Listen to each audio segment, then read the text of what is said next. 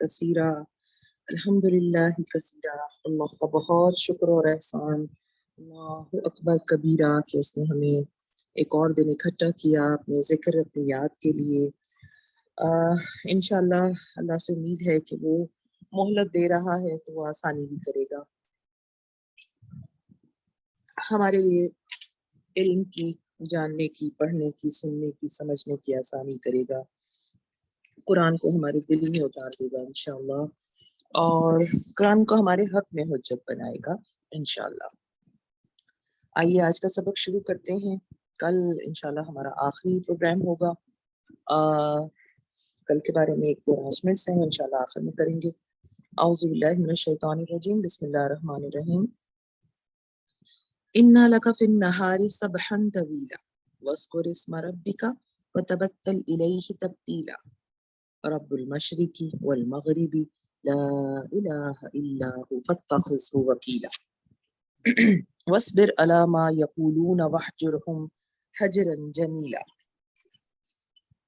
وَذَرْنِي وَالْمُكَذِّبِينَ أُولِي النَّعْمَةِ وَمَهِّلْهُمْ قَلِيلًا إِنَّا لَدَيْنَا أَنْكَالًا وَجَحِيمًا وَطَعَامًا ذَا غُصَّةٍ وَعَذَابًا أَلِيمًا يَوْمَ تَرْجُفُ الْأَرْضُ وَالْجِبَالُ وَكَانَتِ الْجِبَالُ كَثِيبًا مَحِيلًا إِنَّا أَرْسَلْنَا إِلَيْكُمْ رَسُولًا شَاهِدًا عَلَيْكُمْ كَمَا أَرْسَلْنَا إِلَى فِرْعَوْنَ رَسُولًا فَعَصَىٰ فِرْعَوْنُ الرَّسُولَ فَأَخَذْنَاهُ أَخْذًا وَبِيلًا فَكَيْفَ تَتَّقُونَ إِن كَفَرْتُمْ يَوْمًا يَجْعَلُ الْوِلْدَانَ شِيبًا۔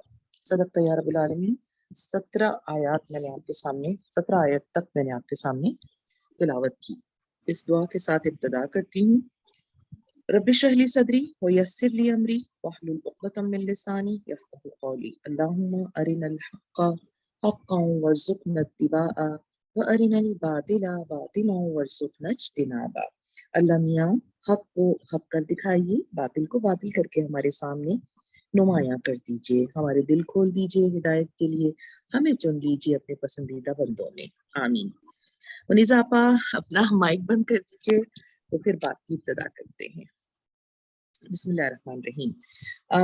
ان لک فی النہار سبحا طویلا، ہم نے اس پر بات تو کر لی تھی کہ دن کے اوقات میں تو تمہارے لیے بہت مصروفیات ہوتی ہیں، اپنے رب کے نام کا ذکر کیا کرو اور سب سے کٹ کر اسی کے ہو رہو، وہ مشرق اور مغرب کا مالک ہے۔ پیار بھرا انداز پیارے رب کا، بہت محبت سے ہماری ساری مصروفیات کو اللہ تعالیٰ جانتے ہیں اور ان کا ہمیں فائدہ اور ان کا ہمیں ریلیکسیشن دے رہے ہیں۔ بس آپ اس آیت کو اگر پڑھتے ہوئے فیل کریں تو اتنی آسانی، اتنی سپورٹ بس ماں اپنی بیٹی کو دے سکتی ہے۔ اچھا یہاں ہو سکتا ہے کہ کچھ ساسیں جو ہیں ہوں اور وہ کہیں نہیں نہیں ہم بھی دیتے ہیں، بھائی ایسی کیا بات ہے، تو میں یقیناً ان سے اختلاف نہیں کروں گی، وہ بھی دیتی ہوں گی۔ فرق صرف فیلنگ کا ہے۔ جو فیلنگس، اور یہ بالکل ایک ایسا کھلی حقیقت ہے، جو فیلنگس ہماری اپنی اولاد کے لیے ہوتی ہیں، ہم ان کو جن فیلنگس کے ساتھ ریلیکسیشن دے رہے ہوتے ہیں وہ ریلیکسیشن شاید ہم کسی اور کو نہیں دے سکتے۔ میں ان الفاظ کے باوجود بھی اگر کسی کا معاملہ اس سے اچھا ہے تو میں یقیناً اس سے معذرت کرتی ہوں، لیکن فیلنگس کے اعتبار سے ہم فرق ہو جاتے ہیں اپنی اولاد اور دوسروں کے بارے میں۔ ہو سکتا ہے ہم ایک آسانی، ہم ایک ایڈوانٹیج، ہم ایک ریلیکسیشن کسی کو دے رہے ہوں، لیکن اس میں ہمارے وہ جذباتی کیفیت شامل نہیں ہوتی جو اپنی اولاد کے لیے۔ فار ایگزامپل میری اپنی بچی ہو اور وہ بہت مصروف ہو تو میں اس سے کہوں گی اچھا ٹھیک ہے بیٹا تھوڑا آرام بھی کر لیا کرو، اس طرح مینیج کر لیا کرو۔ اب یہی کام میں کسی اور کو بھی کہوں گی، لیکن شاید اس میں دل کی اور جذبات کی وہ کیفیت شامل نہ ہو۔ اپنے رب کے نام کا ذکر کیا کرو۔ تو اس آیت کو پڑھ کے کیسا لگتا ہے؟ اللہ بالکل ایک ماں کی طرح بات کرے، دیکھو تم مصروف ہوتے ہو نا دن میں، تو کوئی بات نہیں، اپنے رب کا نام کا ذکر کر لیا کرو، یاد کر لیا کرو، ٹھیک ہے؟ اور سب سے کٹ کر اسی کے ہو رہو۔ اس کو بھی ہم نے بہت اچھا ڈسکس کر لیا تھا کہ کٹ کر مطلب یہ نہیں کہ ہمیں لوگوں سے علیحدگی اختیار کر لینی ہے یا ان سے کوئی نفرت کا اظہار کر دینا ہے، بلکہ ہم نے پہلو تہی کر کے ہم نے اپنے آپ کو اگنور بچانا ہے۔ ہم نے لوگوں کی اکساہٹوں پر یا لوگوں کے ہمیں اگر وہ ٹیز کر رہے ہیں، اگر وہ ہمیں اپنی پچ پہ لا کے کھلانا چاہ رہے ہیں تو ہمیں اس سے اوائڈ کرنا ہے، اگنور کرنا ہے۔ اگر وہ ہم سے لڑائی کا معاملہ کرنا، جیسے روزے کے حوالے سے بھی حدیث مبارکہ آتی ہے نا، اگر کوئی تم سے لڑے تو کہہ دو کہ میں روزے سے ہوں، تو اپنے آپ کو بچانا ہے. اسی طرح سے سب سے کٹ کر اسی کے ہو رہا ہوں. آج کی بات شروع ہوگی. وہ مشرق اور مغرب کا مالک ہے. مشرق اور مغرب، بس یہ پوری کائنات اور اس کا وہ مالک ہے. مالک کا مطلب اس کے اختیار میں اس کی اتھارٹی ہے، اس سے اور بیونڈ کوئی چیز ہے نہیں. تو سب کچھ تو اسی کے پاس ہے. اس کے سوا کوئی خدا نہیں ہے. خدا کا مطلب پالنے والا، سنبھالنے والا، محبت کرنے والا، دیکھنے والا، کنٹرول کرنے والا، سزا دینے والا، معاف کرنے والا، بس وہی ہے جو اس پوری کائنات پہ احاطہ کیے ہوئے ہے اور ان ساری اختیارات کے ساتھ. اگلی جو آیت آ رہی ہے نا، یہ تو بہت ہی شاندار ہے، بہت ہی مزیدار آیت ہے اور یہ مجھے بہت پسند بھی ہے. رب المشرق والمغربی لا الہ الا ہو فاتخذہ وکیلا. اب اس آیت مبارکہ میں اللہ پاک پتہ ہے کیا کہہ رہے ہیں؟ بڑی محبت سے بات کرنے کے بعد کہہ رہے ہیں وہ اللہ جو مشرق کا مغرب کا رب ہے اسے اپنا وکیل بنا لو. پیشے کے اعتبار سے میں بھی ایک وکیل رہی ہوں، اب نہیں ہوں، رہی ہوں. اور ہم میں سے شاید کچھ لوگوں کو تجربہ بھی ہو کہ وکیل کیا ہوتا ہے یا وکیل کا کام کیا ہوتا ہے. وکیل اس شخص کو کہتے ہیں جو آپ کا کیس، آپ کا پرابلم، آپ کا ایشو، آپ کا جو بھی معاملہ ہوتا ہے اس کو پیش کرتا ہے اس اتھارٹی کے سامنے جو فیصلہ کن ہوتی ہے، اور وہ اس کے سامنے آپ کے کیس کو پریزنٹ کرتا ہے اور اس طرح سے پریزنٹ کرتا ہے کہ کنونس کر سکے جو سامنے اتھارٹی ہے، جج ہے، جو بھی کنسرن اتھارٹی ہے، اس کو کنونس کر سکے کہ آپ صحیح ہیں، آپ حق پر ہیں، آپ کو فیور دیا جائے. وہ شخص وکیل کہلاتا ہے. ٹھیک ہے. وکیل کے ساتھ کیا ہم معاملہ کرتے ہیں؟ ہم اپنی ساری جو اصل کچا چٹھا ہوتا ہے نا وہ ہم وکیل کو بتا دیتے. کہا جاتا ہے ڈاکٹر اور وکیل سے کچھ نہیں چھپتا یا چھپایا جا سکتا. تو آپ کو اسے بتانا پڑتا ہے بھائی ہمارا یہ معاملہ تھا، سچی بات تو یہ ہے، یہ کاغذ ہمارے پاس نہیں ہے، یہ چیز ہمارے پاس نہیں ہے، اب بتائیں کیا کرنا ہے. اب وہ اس میں سے پھر وہ پوائنٹس نکالتا ہے، وہ آپ کے لیے ایک اچھا، ایک مضبوط بنیادوں پر ایک کیس تیار کرتا ہے، اس کو پریزنٹ کرتا ہے. وہ اپنے کلائنٹ کو مظلوم ثابت کرنے میں کوئی کسر نہیں چھوڑتا. ٹھیک ہے نا. یہ میں دنیا کے عام رواجی، اب دیکھیں اس میں غلط اور صحیح کا بھی ہم فیصلہ نہیں کریں. ابھی ہم یہ دیکھ رہے ہیں ایک وکیل کی ڈیوٹی کیا ہوتی ہے. وکیل کی ڈیوٹی ہوتی ہے آپ کا کیس پیش کرے. جس نے آپ کو ہائر کیا ہے، وہ وکیل آپ کے لیے آپ کے فیور میں بات کرے گا، خواہ آپ غلط ہیں خواہ آپ صحیح ہیں. اگین یہاں پر ابھی ہم مورل حوالوں سے بات نہیں کر رہے، ابھی ہم صرف ڈیوٹیز دیکھ رہے ہیں. اچھا جی، وکیل کا معاملہ یہ ہوتا ہے اس سے کچھ چھپا ہوا نہیں ہوتا، آپ کو اس کو سب کچھ بتانا پڑتا ہے. اچھا جی، وکیل کو آپ کو اپنے کیس کو پریزنٹ کرنے کے لیے، اپنی بات کو جج صاحب تک پہنچانے کے لیے کچھ پیش کرنا پڑتا ہے، کوئی فیس دینی پڑتی ہے یا کچھ بھی کرنا پڑتا ہے. لیکن بہرحال آپ اس کو کوئی معاوضہ دیتے ہیں، کچھ بھی، دعائیں بھی ہو سکتی ہیں، پیسے بھی ہو سکتے ہیں. آج کل دعاؤں پہ تو کوئی نہیں کام کر رہا، ویسے پیسوں پہ ہی کر رہے ہوتے ہیں زیادہ تر. تو جناب پیسوں پہ سم ٹائمز بہت بھاری معاوضہ دینا پڑتا ہے. آپ اپنے کیس کے لیے اچھے سے اچھا وکیل ڈھونڈتے ہو. اچھے سے اچھا مطلب اس کا علم بھی ہو، اس کی اسپیکنگ پاور بھی ہو، اس کی پرسنالٹی بھی ہو، اس کی فیس ویلیو بھی ہو، تاکہ وہ جج کو متاثر کر سکے. اور آج کل جو کیسز ہو رہے ہیں اس میں تو ساری بات ہی یہ ہے، جتنا بڑا وکیل سامنے کھڑا ہوتا ہے جج صاحب اس کو کنسیڈر کر رہے ہوتے ہیں مقابلے میں. تو بس صرف جج صاحب کا، وکیلوں کا نام بک رہا ہوتا ہے نا. یہ وہ ساری چیزیں ہیں جو آج ہم روزمرہ زندگی میں وکیل کے حوالے سے جانتے ہیں. اچھا جی، وکیل آپ کے ساتھ سنسیئر ہوتا ہے، لیکن سم ٹائم وکیل بک بھی جاتے ہیں، وہ دوسری ادر پارٹی کے ساتھ مل کے آپ کے لیے ہی مشکل کا سبب بن رہے ہوتے ہیں. یہ سارے کام ہوتے ہیں وکیلوں کے، اور یہ ساری ڈیوٹیز اور یہ سارے کیا کہنا چاہیے، یہ سارے اخلاقیات ہیں آج کل وکیلوں کی. اب دیکھیے اس آیت میں اللہ کیا فرما رہے ہیں. اللہ فرما رہے ہیں اس کے سوا کوئی اللہ نہیں ہے، اس کو اپنا وکیل بنا لو. پہلی بات، سب کچھ اس کو بتاؤ، کچا چٹھا اپنا پورا سب کچھ کھول کے. اچھا یہاں ایک اور مزیدار بات ہے، اللہ تو جانتا ہے، دنیا کے وکیل نہیں جانتے نا، اللہ میں تو جانتے ہیں.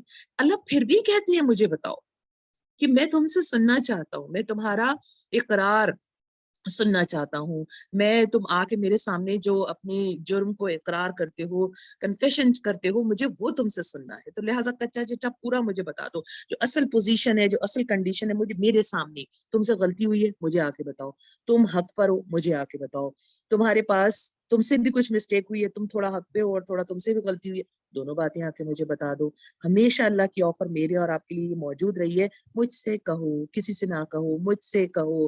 ابھی کچھ ہی وقت پہلے بات ہو رہی تھی کسی عالم سے، تو انہوں نے کہا اللہ اس کو بھی پسند نہیں کرتا کہ اللہ کے علاوہ آپ کسی اور کو بھی کریں. اور پھر مجھے بھی یہ بات یاد آئی کہ ہاں، وکیل بھی اس بات کو پروفیشنلی بہت ڈس لائک کرتے ہیں کہ آپ نے اگر کسی کو ہائر کر لیا ہے تو اب آپ دوسرے فرد کے پاس، وکیل کے پاس جا کے اس سے بھی مشورے کر رہے ہو. وہ اس کو بہت مائنڈ کرتے ہیں کہ اگر آپ کو مجھ پہ ٹرسٹ نہیں ہے تو پھر جائیے وہاں چلے جائیے, نہیں تو پھر اپنا کیس. پہلی چیز ہوتی ہے ٹرسٹ. وکیل پر آپ کو ٹرسٹ ہو, پھر آپ اپنی ساری باتیں اس سے شیئر کریں. اللہ کہہ رہے ہیں مجھے وکیل بنا لو, مجھ پہ ٹرسٹ کرو, مجھے اپنے پرابلمس بتاؤ, ساری ڈیٹیل بتاؤ, ہاں بھی بتاؤ نہ بھی بتاؤ, غلطیاں بھی بتاؤ, قصور بھی بتاؤ, جو کچھ ہے سارا میرے سامنے. اور میں تم سے وربلی سننا چاہتا ہوں. رات کی تنہائیوں میں آج کل ایک پورا مہینہ میں بالکل فری معذرت چاہتی ہوں, میں بالکل فری ہوں اور میں صرف تمہیں سننا چاہتا ہوں, اور میں بالکل بور نہیں ہوتا. جتنا لمبا تم مجھے ہسٹری دے سکتے ہو دو, جتنی رو کے, جتنی گا کے, جتنی ڈیٹیل تم مجھ سے بات کر سکتے ہو, میں 1 to 1 تمہاری طرف متوجہ ہوں, مجھے بتاؤ. تو پہلی بات تو یہ کہ اللہ نے کہا مجھے وکیل بنا لو. اچھا تمہارے پرابلمس ہیں, دنیا میں ہم بہت مرتبہ اچھے وکیل ہائر نہیں کر سکتے, اللہ سے اچھا وکیل کوئی نہیں ہے. اور مزیدار بات بتاؤں, سب سے زبردست بات جو مجھے شاید کی اچھی لگتی ہے, اللہ تعالیٰ تو وکیل بھی ہیں اور جج بھی ہیں.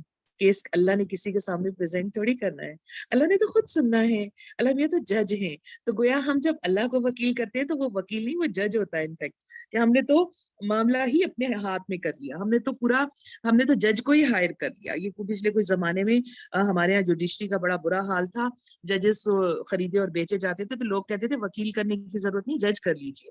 تو یہاں اللہ میاں بالکل یہی بات کہہ رہے ہیں, میں جج ہوں لیکن تم مجھے اپنا وکیل بنا لو. اور جب تم مجھے اپنا وکیل بنا لو گے تو سمجھو کیس تمہارے حق میں گیا ہی گیا, تم جیتے ہی جیتے, تم کامیاب ہوئے ہی ہوئے. اور دوسری بات یہ کہ ٹرسٹ کرو, سب کچھ بتاؤ, اور اس کے ساتھ ساتھ پھر یہ کہ تمہیں میری طرف رجوع کرنا ہوگا. جب میرے پاس آ جاؤ تو پھر کسی اور کی طرف نہیں جانا ہوگا.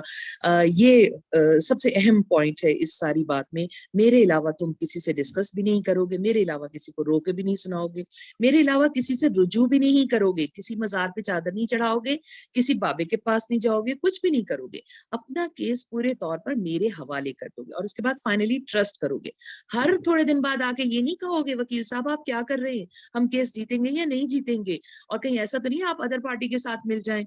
اللہ تعالیٰ ان ساری چیزوں سے مبرہ ہے, اللہ تعالیٰ ان ساری چیزوں سے پاک ہے. اور مزیدار بات بتاؤں, اگر ادر پارٹی بھی اللہ کے پاس آ جائے اور وہ بھی اسے اپنا وکیل کر لے تو بھی اللہ انصاف پہ مبنی فیصلہ کریں گے. یعنی میں مظلوم ہوں تو مجھے حق مل کر رہے گا.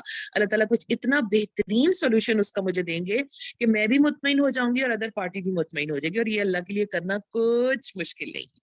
تو جناب اللہ فرماتے ہیں مجھے اپنا وکیل کر لو, میرے پاس آؤ, مجھے بتاؤ, بغیر فیس کے میں تمہارا کیس لینے کو تیار ہوں. تو میں کیس جتوا کے بھی دوں گا, اور میں کسی اور ادر پارٹی کی طرف جاؤں گا بھی نہیں, اور میں تم سے سنسیئر ہوں.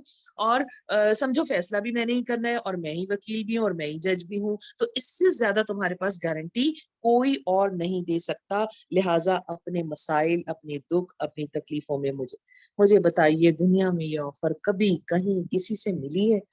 ہمارا ہی یقین کچھ ڈاواڈول ہے, ہم ہی کچھ ٹریک سے ہٹے ہوئے ہیں, ہم ہی اپنے مسائل کے لیے پھر ادھر ادھر کے وکیلوں کی طرف دوڑتے ہیں. ورنہ اللہ رب العزت تو ہماری وکالت, ہمارا کیس پریزنٹ کرنے کے لیے, ہمارا کیس سننے کے لیے تیار بیٹھے ہیں, اور سارے اختیارات بھی ان کے ہیں. اگر میں نے اپنے رب کو اپنا کیس بتا دیا, میں نے اپنے رب کے حضور اعتراف کر لیا اپنی گناہوں کا, اپنی غلطیوں کا, اپنے حصے کا, اپنی کوتاہیوں کا, تو پھر یقیناً میرا اللہ اس کیس کو میرے حق میں فیصلہ کروانے میں میرا مددگار ہوگا. تو میں جب بھی اس وکیل کا ورڈ پڑھتی ہوں, لہٰذا اس کو اپنا وکیل بنا لو, تو مجھے اتنی خوشی ہوتی ہے اور اتنا مزہ آتا ہے کہ وکیل کر کے اللہ کو, اور پھر سارا بوجھ ہم دیکھیے. ایک اچھے وکیل کی ڈیوٹی یہ ہوتی ہے کہ وہ اپنے کلائنٹ کو ریلیکس کر دے, حد الامکان اسے کورٹ سے ایگزیمپٹ کرا دے, کہ اس کو آنا ہی نہ پڑے, اس کو چکر نہ لگانے پڑے, اس کو گرمی میں وہاں پہ پہنچنا نہ پڑے. زیادہ سے زیادہ ٹائم وہ خود اپیئر ہوتا ہے, اس کے کلائنٹ کو اس کو یاد نہیں دلانا پڑتا کہ آج میرا کیس ہے آپ جائیے, بلکہ وہ خود وہاں پہنچا ہوا ہوتا ہے اور وہ خود رپورٹ دے رہا ہوتا ہے کہ جناب آپ کا آج یہ کیس تھا اور یہ ڈیٹ تھی. یہ ایک اچھے وکیل کی یہ پریکٹس اب ہو نہیں رہی ہے, میں اس کی گواہ بھی ہوں اور میں جانتی بھی ہوں. لیکن اللہ کو جب وکیل کر لیا تو پھر آپ کو بار بار اسے یاد نہیں کرانا پڑے گا کہ او ایکسکیوز می جی آج میری ڈیٹ تھی, جی آج میرا مسئلہ تھا, نہیں. اور یہ کہ آپ اسے ہر روز کی بنیاد پر اپنے کیسز دے سکتے ہیں جتنے چاہیں, فری آف کاسٹ جو ہے, کچھ مانگتا بھی نہیں آپ سے, کوئی آپ سے فیس نہیں مانگ رہا, کوئی آپ سے فیور نہیں مانگ رہا, اور وہ آپ کے کیسز لینے کو تیار ہے. جتنے مرضی دے دو, جو چاہے کہہ دو, جس طرح چاہے کہہ دو, ٹوٹی پوٹی زبان میں اپنا کیس دے دو اور وہ آپ کا کیس سن بھی لے گا. بس صرف بات صرف ایک ہے, اور وہ ہے ٹرسٹ کی. آپ اپنے وکیل پہ ٹرسٹ کریں, اسے وکیل کہیں, اور اس فیل کے ساتھ اللہ سے بات کریں, اللہ تعالیٰ میں آپ کو اپنا وکیل بنا رہی ہوں. میں آپ کو, دیکھیے کہا جاتا ہے, کسی بزرگ کا قول ہے, ڈرو اس سے. حدیث رسول صلی اللہ علیہ وآلہ وسلم بھی اس مفہوم کے ساتھ ہے کہ مظلوم کی آہ عرش کو ہلا دیتی ہے. اگر کسی کا کیس اللہ نے پکڑ لیا تو پھر عرش بھی ہل جائے گا, اور پھر اس کے حق میں فیصلہ آنے میں کوئی دیر نہیں لگے گی. اس لیے منع کیا گیا کہ کسی مظلوم کی بد دعا لینے سے بچو کہ وہ تمہارے اگینسٹ کوئی کیس اللہ کے پاس فائل کر دے. اس بات سے محفوظ رہو. وہ کوئی گھر میں کام کرنے والا ملازم بھی ہو سکتا ہے, اس راہ چلتا کوئی بندہ بھی ہو سکتا ہے, کسی کا حق مارا یا کسی کو تکلیف دی اور اس نے آپ کے خلاف اللہ کے پاس کیس فائل کر دیا, تو سمجھو کہ پھر تو بچت کی کوئی صورت ہی نہیں ہے, پھر بیڑا غرق ہونے میں کوئی کسر نہیں رہ جاتی اگر میرے خلاف کوئی اللہ کے پاس چلا گیا. تو دو چیزیں ہیں, نمبر 1 اپنے کیسز کے لیے اللہ کو وکیل بنانا, نمبر 2 دوسرے اس بات سے بچنا کہ میں کوئی ایسی حرکت کر جاؤں کہ کوئی اللہ کے پاس میرا کیس لے کے چلا جائے. ہاں اگر کوئی خام خواہ لے کے جا رہا ہے, ہاں اگر کوئی جھوٹا اور غلط لے کے جا رہا ہے, تو میرے اللہ کو خود پتا ہے کہ کیا صحیح ہے اور کیا غلط ہے, اور وہ یقیناً اس کیس, تو اس بات سے ڈرنا نہیں چاہیے. یہاں مجھے ایک ضمنی بات یاد آ رہی ہے. ہمارے ہاں ایک کلچر ہے کہ ہر کیا کہتے ہیں سگنلز پہ اور وہاں پر جو ہے وہ کچھ لوگ گا بجا بھی رہے ہوتے ہیں اور بد دعائیں بھی دے رہے ہوتے ہیں, دعائیں بھی دے رہے ہوتے ہیں. ان کی دعائیں 10 روپے میں آپ کو دستیاب ہوتی ہیں, آپ 10 روپے دیں تو لا تعداد دعائیں, اور نہ دیں تو لوگ ڈرتے ہیں. جن کی بد دعا سے بچنا چاہیے. شی میلز کی بات کر رہی ہوں میں. یہ اب ہمارے معاشرے کا ایک بہت بڑا مسئلہ بن چکا ہے. تو ہم بڑا ڈرتے ہیں, یا ہم سمجھتے ہیں کہ ایک شخص ایسا ہے کہ جو بیگنگ کر رہا ہے, مانگ رہا ہے, لیکن وہ ڈیزرونگ نہیں ہے. ہم اس کے حالات سے اس سے واقف ہیں, اور ہم سمجھتے ہیں کہ ہمیں اس کو ڈسکریج کرنا ہے. تو ہمیں ڈر لگ رہا ہوتا ہے کہیں اس کی بد دعا مجھے نہ لگے. او بھائی, بد دعا کیوں لگے گی؟ آپ نے اللہ کو کیا سمجھ رکھا ہے؟ اللہ نہیں جانتا؟ اس کے پاس کوئی سٹینڈرڈ نہیں ہے, اس کے پاس کوئی چیک کرنے کا ذریعہ نہیں ہے, بس یہ بندہ بولے گا اور اللہ نے سن کے میرے خلاف FIR کاٹ دینی. ایسا کیوں ہم نے سمجھ رکھا ہے؟ ہم نے اتنا کچا معاملہ کیوں لیا ہوا ہے؟ دنیا کے نظام کے جیسا ہم نے اللہ کے نظام کو بھی تصور کر لیا ہے. اللہ کے اپنے سٹینڈرڈز ہیں, وہ دیکھے گا. میرے خلاف ساری دنیا بھی جمع ہو کے اگر کیس کر دیتی ہے اللہ کے پاس کہ اللہ تعالیٰ اس نے ظلم کیا اور میں ظالم نہیں ہوں, تو مجھے مطمئن ہونا چاہیے, مجھے پرسکون ہونا چاہیے, مجھے ریلیکس ہونا چاہیے. ساری دنیا بھی چلی جائے تو اس سے غرض نہیں ہے. اگر میں مجرم نہیں ہوں, میرا ضمیر مطمئن ہے اور میری نیت صاف ہے, تو اللہ تعالیٰ میرے اگینسٹ کبھی کیس نہیں لے گا, نہ فیصلہ کرے گا, نہ مجھے سزا دے گا انشاءاللہ العزیز. ٹھیک ہے جناب. تو ہمیں ان لوگوں, مطلب مظلوم جو ہے, جو واقعی مظلوم ہے, اس کی بد دعا سے بچنا چاہیے. ورنہ یہ ہر ایرا غیرہ نتھو غیرہ اس کی بد دعا سے اگر ہم ڈرنے لگے, جس کا ہم نے کوئی قصور بھی نہیں کیا. ہمارا قصور یہ ہے کہ ہم بیگنگ کو ڈسکریج کرنا چاہتے ہیں, اور اس کے جواب میں وہ ہمیں چونکہ بد دعائیں دے رہا ہے اور ہم بہت ڈر رہے ہیں. تو اس ڈرنے سے بچ جائیے خدا کے لیے. یہ بلا وجہ کا ڈرنا جو ہے, یہ اس کی کوئی ضرورت نہیں ہے. میں آپ سے کہہ رہی ہوں اس کے ڈرنے کی کوئی ضرورت نہیں ہے. ہاں, کسی کے ساتھ ظلم نہ کیجیے, کسی مظلوم کی آہ نہ لیجیے, کسی ایسے کے ساتھ کوئی ایسی زیادتی نہ کیجیے. مطلب کوشش کیجیے کہ میرا اور آپ کا دامن بچا رہے کسی کو بھی تکلیف دینے سے. تو بات کلیئر ہو گئی. نمبر 1, ہمارے ساتھ کوئی پرابلم ہے, ہمارا کوئی ایشو ہے, ہماری کوئی تکلیف ہے, ہم اپنا کیس اللہ کی عدالت میں فائل کریں گے. اچھا, اس سے اگر کہیں آپ کے ذہن میں یہ آ رہا ہے کہ دنیا کی کورٹس کو چھوڑ دیں, پھر یہاں نہ جائیں ہم لینے کے لیے حق, تو جناب ایسا نہیں ہے. دنیا کے جو مروجہ طریقے ہیں ہمیں ان کو بھی فالو کرنا ہے, اور اس کے بعد ہماری امیدیں ساری اللہ سے ہوں. دنیا کی کورٹس شاید ہمیں کوئی فائدہ نہ دے سکیں, لیکن اگر ہم نے اپنے رب کو راضی کر لیا اور اس کے حضور اپنی بات کہہ دی اور ہم ظالم نہیں ہیں, تو انشاءاللہ وہاں سے فیصلہ ہمارے حق میں آئے گا, اور بھرپور آئے گا, اور بہترین آئے گا, اور ہمارے فیور میں آئے گا انشاءاللہ العزیز. فہمیدہ صاحبہ اپنا مائک بند کر لیجئے پلیز. فہمیدہ اپنا مائک بند کر لیجئے. بسم اللہ الرحمن الرحیم. ہم پڑھ رہے ہیں سورہ مزمل. سورہ مزمل کی یہ آیت نمبر 9 مجھے بہت پسند ہے. اللہ کو اپنا وکیل بنا لو. آپ اس بات کو محسوس کر کے دیکھیے گا. دنیا میں بہت ساری باتیں ایسی ہیں جن کے لیے ہم بھاگ کے کورٹ نہیں جا سکتے. دنیا کی بہت زیادہ. اچھا, جو میں آپ سے ٹرسٹ کی بات کہہ رہی ہوں نا, کہ آپ اطمینان بھی تو رکھے نا. اللہ کو کیس دے کے گھڑی بھر کو دم تو لیں. ہمارا دل چاہتا ہے کیس اللہ کو رات کو سنایا ہے تو صبح اس کا فیصلہ آ جانا چاہیے. اللہ تعالیٰ میں جو چاہ رہی ہوں, بس آدھی دنیا پھانسی پہ لٹکی ہوئی ہے اس لیے کہ میں نے تو رات کو آپ کو کمپلین کی تھی. ایسا تو نہیں ہوگا نا. یہ تو میرا خیال ہے میں صحیح ہوں, یہ میرا خیال ہے کہ میری بات ٹھیک ہے. مناسب وقت پر مناسب طرح سے اللہ رب العزت اس کو رسپونڈ کریں گے. یہ ٹرسٹ ہونا چاہیے. حدیث رسول صلی اللہ علیہ وآلہ وسلم, انسان جلد بازی کی وجہ سے اپنی دعائیں خود چھوڑ دیتا ہے. اس سے پہلے کہ اللہ تعالیٰ اسے قبول کرنے والا ہو. انسان خود اپنی دعائیں چھوڑ دیتا ہے, اور ایسا ہوتا ہے ہم ایک دعا ایک ہفتہ کرتے ہیں, 10 دن کرتے ہیں, 15 دن کرتے ہیں, اس کے بعد ہم خود ہی بور ہو جاتے ہیں. اگر آپ کا کیس ہے, آپ جینوئن ہیں, تو پھر آپ کو بور نہیں ہونا چاہیے, آپ کو اپنا کیس بار بار اللہ کے حضور پیش کرنا چاہیے, اس یقین کے ساتھ کہ فیصلہ یہیں سے ہوگا. معذرت چاہتی ہوں, میں بار بار کچھ الفاظ کو دہرا رہی ہوں, وجہ صرف یہی ہے کہ وہ جو یقین کا پہلو ہے نا, جو ٹرسٹ کا ایلیمنٹ ہے نا, اسے مضبوط ہونا چاہیے. میرا کیس اللہ کے پاس ہے اور اللہ اس کو ضرور سنے گا اور اللہ اس کا صحیح فیصلہ کرے گا. اور ایک آخری بات, اللہ جو فیصلہ کرے گا میں اسے دل سے ایکسپٹ کروں گی. میں اللہ سے زور زبردستی کر کے اپنے حق میں فیصلہ نہیں کروا سکتی. میں اللہ کے حضور, دیکھیں وکیل کا کام ہوتا ہے کیس پریزنٹ کرنا. اللہ چاہتے تو اس آیت میں لکھ سکتے تھے کہ میں جج ہوں اور میرے پاس اپنا کیس لے آؤ. نہیں, اللہ نے کہا مجھے اپنا وکیل بنا لو. دیکھو تمہیں کوئی تکلیف پہنچ رہی ہے, تم اپنا کیس مجھے دے دو, میں پریزنٹ کروں گا, میں دیکھوں گا, میں اس کو ایویلویٹ کروں گا کہ ہاں یہ تمہارے لیے کتنا بہتر ہے, تم صحیح ہو یا تم بعض سب چیزوں کو سمجھنے میں تمہیں دقت آ رہی ہے, یا تم شاید اس بات کا صحیح پہلو سمجھ نہیں پا رہی ہو, جس چیز کو تم تکلیف سمجھ رہی ہو وہ تمہارے حق میں بہتر ہے.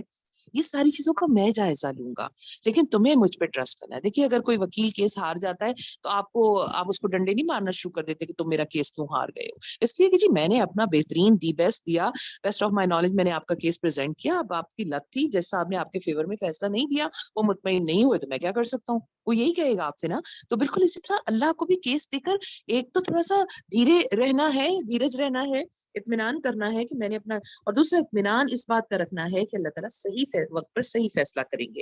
اللہ سے یہ امید نہ رکھیں کہ وہ آپ کے کیس کو صحیح سے سنے گا نہیں, سمجھے گا نہیں, نعوذ باللہ من ذالک, یا آگے پریزنٹ صحیح نہیں کرے گا, یا شاید اسے فیس کم لگ رہی ہے اس لیے وہ آپ کی بات, ایسی کوئی بھی غلط فہمی اپنے دل میں نہ لائیے گا. تو بس آج کے بعد طے ہوا, ہم اپنے سارے کیسز جو انسانوں سے متعلق ہیں, جو کسی سے بھی متعلق ہیں, ہم اللہ کے حضور پیش کریں گے. اور اس کے ساتھ ساتھ ہم ڈریں گے اس بات سے کہ کوئی میرا کیس لے کر اللہ کی عدالت میں نہ چلا جائے. میں کسی کے ساتھ زیادتی نہ کروں, میں کسی کو دکھ نہ دوں, میں کسی کو تکلیف نہ دوں, میں کسی کی عیب جوئی نہ کروں, میں کسی کے معاملات خراب نہ کروں, کہ کہیں خدا نہ خواستہ یاد رکھیے کہ پھر اللہ تعالیٰ مظلوم کی آہ کو فوراً رسپونڈ کریں گے, مجھ سے پہلے پھر وہ مظلوم کی آہ کو رسپونڈ کریں گے. تو اللہ نہ کرے کہ میں کسی پہ ظلم کروں اور وہ میرے خلاف اللہ کی کورٹ میں جائے. بس ان دو باتوں کا خیال رکھیے اور مطمئن ہو جائیے, آپ جیتے ہی جیتے آپ کے حق میں فیصلہ آیا ہی آیا, لہٰذا اسی کو اپنا وکیل بنا لو. اب پتہ چل رہا ہے کتنی پیاری سورت ہے سورہ مزمل, اور اس کا ورد اور اس کا پڑھنا کتنا اہم ہے, اور جو باتیں لوگ بنا رہے ہیں ان پر صبر کرو. رسول اللہ صلی اللہ علیہ وآلہ وسلم مکی دور لوگوں نے اب آپ کو تنگ کرنا شروع کیا. یہ تیسری وحی ہے جو آپ پر نازل ہوئی تھی سورہ مزمل کی شکل میں. اب لوگ آپ کو تنگ کر رہے تھے, اب لوگ آپ کو ٹیز کر رہے تھے, آپ کے خلاف باتیں کر رہے تھے, آپ کا مذاق اڑا رہے تھے. اللہ تعالیٰ آپ کو تسلی دے رہے ہیں اور کیا کہہ رہے ہیں, جو لوگ باتیں بنا رہے ہیں ان پر صبر کرو اور شرافت کے ساتھ, وَہْجُرْهُمْ ہَجْرًا جَمِيلًا, خوبصورتی کے ساتھ ان سے الگ ہو جاؤ. بڑی پیاری بات, بڑا پیارا انداز. دیکھیے قرآن کی آیت میرے اور آپ کے لیے بھی تسلی ہے. میرے اور آپ کو بھی کبھی کبھی باتیں سننی پڑتی ہیں, ناحق بھی سننی پڑتی ہیں, جہاں میرا قصور نہیں ہوتا, میرا دل مطمئن ہوتا ہے, میرا ضمیر مطمئن ہوتا ہے, میرا کوئی قصور نہیں ہے, میرے اللہ میں مظلوم ہوں اور یہ بلا وجہ کی باتیں ہیں جو مجھے سننی پڑ رہی ہیں. تو اس وقت اس آیت کو پڑھ لینا چاہیے. اللہ کا نبی بھی مظلوم تھا, اللہ کے نبی کے خلاف بھی کیا بات تھی جو نہیں کہی جا رہی تھی. میرے اور آپ کے معاملات تو ابھی اتنے 100% ٹھیک نہیں ہیں. ہمارے ماضی میں ہم سے بہت سی غلطیاں ہوئی ہیں, زبان کی غلطیاں ہوئی ہیں, عمل کی غلطیاں ہوئی ہیں, کردار کی غلطیاں ہوئی ہیں, بہت سی غلطیاں ہیں. ہمیں سے کوئی شخص بھی یہ نہیں کہہ سکتا کہ میرا ماضی 100% کلین ہے. رسول اللہ صلی اللہ علیہ وآلہ وسلم کا ماضی 100% کلین تھا. وہ کہتے تھے آپ دیانتدار ہیں, آپ بڑے سمجھدار ہیں, آپ نے بڑے اچھے فیصلے کیے ہوئے ہیں, آپ بہت شریف النفس آدمی ہیں, آپ لوگوں کا خیال رکھتے ہیں, آپ لوگوں کے ہیلپ کرتے ہیں, آپ میں ساری انسانی خوبیاں موجود ہیں. بس جیسے ہی وہی آئی, جیسے ہی اللہ کی دعوت دی, ویسے ہی آپ برے ہو گئے. تو ان کے لیے تو یہ زیادہ تکلیف دہ بات تھی. میرے اور آپ کے کریڈٹ پر تو بہت سارے گناہ موجود ہیں, بہت ساری خامیاں موجود ہیں جنہیں لوگ ہمیں لالا کے دکھاتے ہیں. دیکھیں جی آپ تو یہ تھے نا, اب جو مجمع 8 دن ہوئے تو یہ ہو گئے, تو یہ وہ ساری باتیں جو مجھے تکلیف دیتی ہیں. باتیں تو سچ بھی ہوتی ہیں لیکن تکلیف, رسول اللہ کو جو باتیں کہی جا رہی تھی وہ سچ نہیں تھیں, لیکن اس پر بھی آپ تکلیف محسوس کر رہے تھے. مجھے اور آپ کو جو باتیں کہی جاتی ہیں ان میں بہت ساری ٹھیک بھی ہوتی ہیں, اور ہمیں وہ باتیں یہاں سننی بھی پڑتی ہیں, جھیلنی بھی پڑتی ہیں. کیا کہہ رہے ہیں اللہ تعالیٰ, جو باتیں لوگ بنا رہے ہیں ان پہ صبر کرو اور شرافت کے ساتھ ان سے. حجرن جمیلا بڑی خوبصورت ہدایت ہے. حجرن ہجرت کر لو ان سے، جمیلا خوبصورت طریقے سے. ان کے ساتھ بالکل یہ نہیں کہا کہ ان سے الگ ہو جاؤ، ان سے نفرت کرو، ان کے اوپر لعنت بھیجو اور چلے جاؤ، ایسا نہیں ہے. بہت پیارے انداز میں اللہ نے کہا کہ دیکھو پتہ ہے اس کی وجہ کیا ہے؟ اس کی وجہ یہ ہے کہ کل یہ لوگ اگر بدلیں گے تو اسی طرح بدلیں گے نا کہ آپ کا رابطہ ہوگا. شاید اس وقت یہ سننے کے لیے تیار نہیں ہے. بہت مرتبہ ہوتا ہے کہ کوئی کسی شخص کو ہم کوئی بات کہتے ہیں اور وہ پلٹ کے بڑا سخت ہمیں جواب دے رہا ہوتا ہے، بڑے بری طرح سے ہمارے اوپر اس کا جوابی وار کر رہا ہوتا ہے، اور اس وقت دل چاہتا ہے کہ بس ایسی کھری کھری سناؤ اور اس کے بعد الگ ہو جاؤ اور ان کی شکل نہ دیکھو آئندہ. لیکن اللہ میاں کہتے ہیں اچھی طرح الگ ہو جاؤ تاکہ امکانات باقی رہیں، پھر دوبارہ بھی مل سکو، اس سے بات کر سکو. اب یہ خوبصورتی سے جو علیحدہ ہونا ہے نا، یہ ہم کس سے سیکھیں؟ پیارے نبی سے زیادہ تو کوئی نہیں ہمیں سکھا سکتا. ہمیں یہ گر کون سکھائے گا؟ ہم نے اپنے ارد گرد جو کچھ دیکھا ہے، ہم نے اپنے خاندانوں میں، اپنے گھروں میں، اپنی ماؤں سے جو کچھ سیکھا ہے وہ تو یہی ہے. اگر آپ کے ساتھ کوئی ٹٹ فار ٹیٹ، اگر کوئی ذرا کر رہا ہے، پتھر مار رہا ہے تو اینٹ سے جواب دو اس کو. ہم نے تو اپنے معاشرے سے یہ سیکھا ہے. لیکن رسول اللہ کو سکھایا جا رہا ہے حجرن جمیلا، خوبصورتی سے الگ ہو جائیے، پولائٹلی. اس وقت یہ ان سے کسی نفرت کا، غصے کا، بیزارگی کا اظہار نہ کیجیے، بلکہ یہ کہیے کہ شاید یہ وقت مناسب نہیں ہے، میں آپ کو بات سمجھا نہیں پا رہا، یا شاید اس وقت ہم بات نہیں کر سکتے، ہم اس کو پھر کسی وقت کے لیے اٹھا رکھتے ہیں. اچھے نوٹ پہ الگ ہوں تاکہ آئندہ بات کرنے کا، جڑنے کا، ملنے کا امکان رہے. اگر ساری کشتیاں جلا دیں، اگر سارے پل توڑ دیے رابطے کے، تو پھر دوبارہ کیسے بات ہوگی؟ پھر دوبارہ ہم ان کے قریب کیسے جائیں گے؟ کیسے حالات اچھے ہوں گے؟ کیسے چیزیں بہتر ہوں گی؟ یاد کیجئے رسول اللہ صلی اللہ علیہ وآلہ وسلم کا سفر طائف، جب آپ کو اتنے پتھر مارے گئے، آپ کا پاؤں لہو لہان ہو گیا، آپ کا جوتا چپک گیا تھا آپ کے پاؤں کے ساتھ، اور اللہ نے آفر دی تھی میں فرشتے بھیجتا ہوں یہ پہاڑوں کے، اور ان کو کچل کے یہیں ختم کر دیتے ہیں، بات ختم ہو جائے گی. آپ نے کیا کہا؟ نہیں، انہیں مہلت دیجیے، شاید ان کی آئندہ نسلوں میں سے کوئی نکل آئے. یہ لوگ تو میری نہیں سن رہے، یہ تو بات سننے کے روادار نہیں ہے، یہ تو بس ہمیں اپنے علاقے طائف سے یوں نکال رہے ہیں، ذلیل کر کے، رسوا کر کے، جیسے پتہ نہیں ہم نے ان کا کیا قصور کر دیا ہے، جیسے پتہ نہیں ہم نے ان کا کیا بگاڑ دیا ہے. تو اس کے جواب میں بھی اللہ رسول اللہ صلی اللہ علیہ وآلہ وسلم فرماتے نہیں، شاید ان کی آئندہ نسلیں، یہ مرکب جائیں گے بابے، ان کے بعد جو اولادیں ان کی آئیں گی، شاید وہ ہماری بات مان لیں. اور اگر یہ تباہ کر دیے گا تو ختم، پھر تو امکانات ہی ختم، بستی ختم، سارے لوگ ہی ختم، نسل ہی ختم. تو اللہ ہمیں بھی اللہ سے یہی اللہ کی ہدایت کے مطابق انسانوں سے یہی معاملہ رکھنا ہے. کیا کہ تعلق کو ختم نہیں کرنا، برے اینڈ پر ختم نہیں کرنا، پولائٹلی الگ ہونا ہے. اگر بات سمجھ نہیں آ رہی، اگر بات نہیں چل پا رہی، دو لوگوں کے درمیان معاملات صحیح نہیں ہو رہے، تو بہت اچھی اور شائستگی کے ساتھ الگ ہو جانا ہے. جیسے کہ قرآن میں اور بھی ایک اور جگہ بھی ہمیں ہدایت ملتی ہے کہ جب جاہل ان کے منہ کو آتے ہیں تو وہ کہتے ہیں قالوا سلاما. تو اس کا یہ مطلب نہیں ہے تم جاہل ہو اور ہم سلام کریں. پہلی بات تو ہمیں وہ جاہل کا مطلب سمجھنا چاہیے. جاہل ہماری زبان میں تو ان پڑھ کو کہتے ہیں نا، لیکن عربی زبان جب لفظ جاہل استعمال کرتی ہے تو اس کا مطلب ہوتا ہے جذباتی طور پر امبیلنس شخص، وہ جلدی سے مشتعل ہونے والا، جلدی سے غصے میں آ جانے والا، شارٹ ٹیمپرڈ. تو جاہل اس فرد کو کہا جاتا ہے. عالم، اور عالم کے مقابلے میں لفظ ہوتا ہے امی. عالم کا مطلب پڑھا لکھا، امی غیر پڑھا لکھا. اور جاہل کے اپوزٹ جو ورڈ ہوتا ہے وہ حلیم ہوتا ہے. ایک شخص ہے جو فوری طور پہ بھڑک اٹھتا ہے کوئی بات سن کر، اور ایک ہے جو بات سن کے برداشت کرتا ہے حوصلے سے، اس کو سنتا ہے، اس کو سمجھتا ہے اور پھر اس کو رسپونڈ کرتا ہے. تو ہمیں کیا کہا گیا؟ ان کے ساتھ ہجرت کر لیجئے، ان کے ساتھ جمیلہ، پیارے انداز سے، مسکراتے ہوئے، پولائٹلی، اچھے اینڈ پر کہ چلیے ٹھیک ہے پھر بات کر لیں گے. زندگی میں اس بات کو اپنا کے دیکھیے، انشاءاللہ بہت سارے فائدے ہم سمیٹیں گے، دنیا کے بھی اور آخرت کے بھی. ہدایت یہی آتی ہے کہ صبر کرو اور شرافت کے ساتھ ان سے الگ ہو جاؤ. ان جھٹلانے والے خوشحال لوگوں سے نمٹنے کا کام تم مجھ پر چھوڑ دو. یہ جو عرب کے لوگ تھے، جو کفار تھے، جو بڑے بڑے سردار تھے، اللہ تعالیٰ کہہ رہے ہیں یہ جو خوشحال لوگ ہیں ان سے نمٹنے کا کام تم مجھ سے چھوڑ دو. رسول اللہ کی دعوت پر سب سے پہلے جو معاشرے کا جو طبقہ ایمان لایا تھا وہ غلام تھے، اور دوسرے نمبر پر ینگسٹرز تھے جو آپ کی بات کو سن رہے تھے، اور جو کیا کہنا چاہیے بڈھے کھوسٹ جو سردار تھے وہ اس بات کو ابھی سمجھ نہیں پا رہے تھے، اور وہ جان رہے تھے کہ اگر رسول اللہ صلی اللہ علیہ وآلہ وسلم کی بات مان لی گئی تو یہ غلام اور ان کی حیثیت اور ان کا رتبہ، ان کی بات اہم ہو جائے گی. کیونکہ اللہ کے نزدیک تو غلام اور کیا کہنا چاہیے غلام اور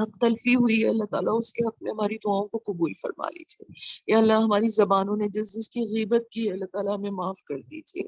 یا ارحم الراحمین، یا اللہ، یا پیارے اللہ، ہمارے بہت مہربان اللہ، معاوضے سے اللہ ہم پر رحم کر دیجیے، ہمارے پردے ڈھک لیجیے. اللہ میاں ہمیں صحیح راستوں پہ چلا دیجیے، ہم سے وہ کام لیجیے جو آپ کو راضی کر دیں. ہمارے دل بدل دیجیے، ہمارے دل نرم کر دیجیے، ہمارے دل صرف اپنی یاد سے بھر دیجیے. ہمیں ذکر، ہمیں شکر کی توفیق عطا فرما دیجیے. ربنا تقبل منا انك انت السميع العليم وتب علينا انك انت التواب الرحيم.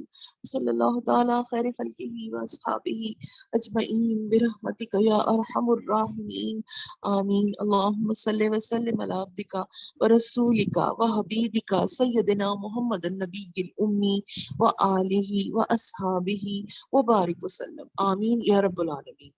جزاک اللہ خیر آپ سارے ساتھیوں کے بر وقت آ جانے کا. انشاءاللہ کل ملیں گے 9 بجے. السلام علیکم ورحمۃ اللہ وبرکاتہ. السلام علیکم.